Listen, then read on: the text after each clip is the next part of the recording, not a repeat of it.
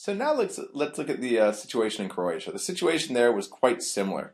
It's right across the border from Serbia in the former Yugoslavia. And there, President Franjo Tudjman, Milosevic's nationalist counterpart and archenemy, was accused of the same rights abuses largely as Milosevic.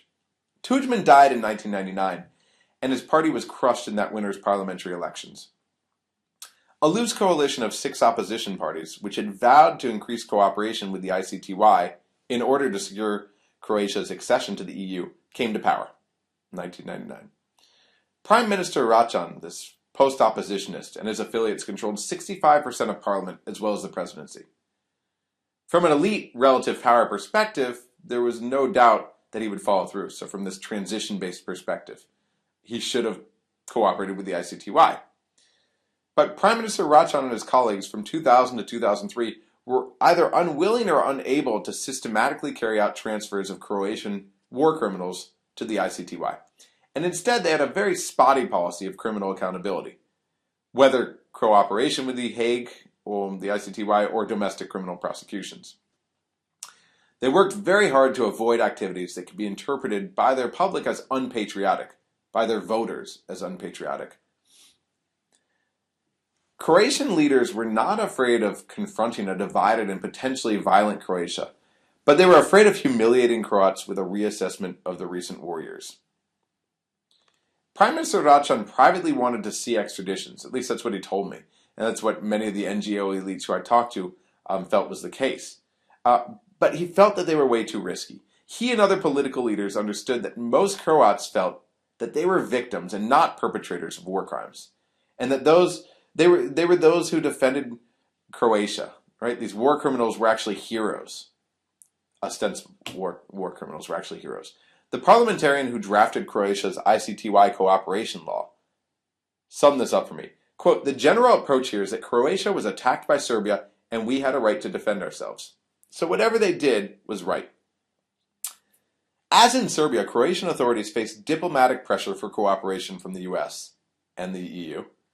And the EU was a club most Croats hoped to join. But unlike in Serbia, foreign pressure on Croatia really lacked justice. It didn't lack justice. It lacked focus, and it lacked salience. Apart from pressing for cooperation with the ICTY, Westerners were demanding a couple other things, especially the right of Serb refugees to return to Croatia. They had gone into Serbia or Bosnia, and also greater transparency for domestic war crimes tribunals that were occurring primarily for ethnic Serbs. Far more importantly, the nature of goods that the West offered Prime Minister Račan in return for cooperation was frail. It was almost nothing. Račan wasn't looking at billions in aid like the Serbs were. All he was looking at was the very distant possibility of EU membership. Right? And think about politicians. They've got these very short time horizons. How is the distant possibility of EU membership going to help Račan win the next elections? On top of this, there were consistently voices within the EU that maybe Croatian membership shouldn't depend so much on cooperation. And this gave politicians in Croatia the hope that the ICTY issue would, quote unquote, just blow over, as one oppositionist told me.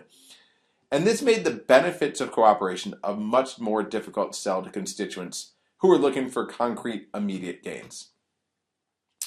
So Prime Minister Račan primarily played the anti-Hague card in public. He attacked ICTY sentences when they came down. He publicly warned the ICTY to avoid equalizing Serbian and Croatian guilt. He fought the international community in almost every request for extradition, and there weren't very many. In fact, he resisted ICTY demands for cooperation so much that his government just narrowly escaped Security Council condemnation at the UN. Račan told me that he was primarily concerned that without sufficient benefits for ICTY cooperation, he was going to lose in what he called the, quote, battle for neutrals.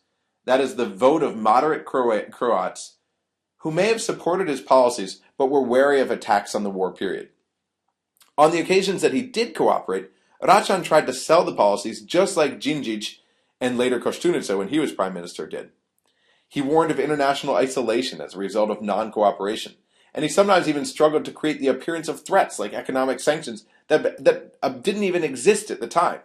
But he tried to sell these to his community, to his society. And again, we see the same sort of switchover like we saw in Serbia. In 2004, Prime Minister Ivo Sanader took over. And it looked like relations with the ICTY could get even worse because Sanader was this ardent nationalist who had orchestrated a 2001 protest warning then Prime Minister Raja not to extradite a popular general, Ante Gotovina. But in 2005, a year after Sanader took power as Prime Minister, EU officials finally delivered a concrete sanction, indefinitely postponing accession negotiations until Croatia demonstrated resolve to capture Gotovina.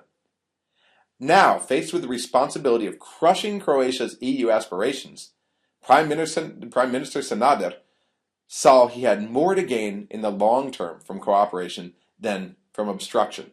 And he suddenly became an active proponent of Gotovina's handover. The man who stood up for Gotovina before suddenly demanded freezing the general's assets. He actually froze his assets. He promised he would personally arrest and extradite him if given the chance. He said this in public. And as was typical, he promised his actions were all about guaranteeing, quote, the future of Croatia. That's how he sold these to society. By December, Gotovina was in The Hague thanks in part to Croatian intelligence, and EU negotiations had resumed. And Croatia became the 28th EU member in July of 2013.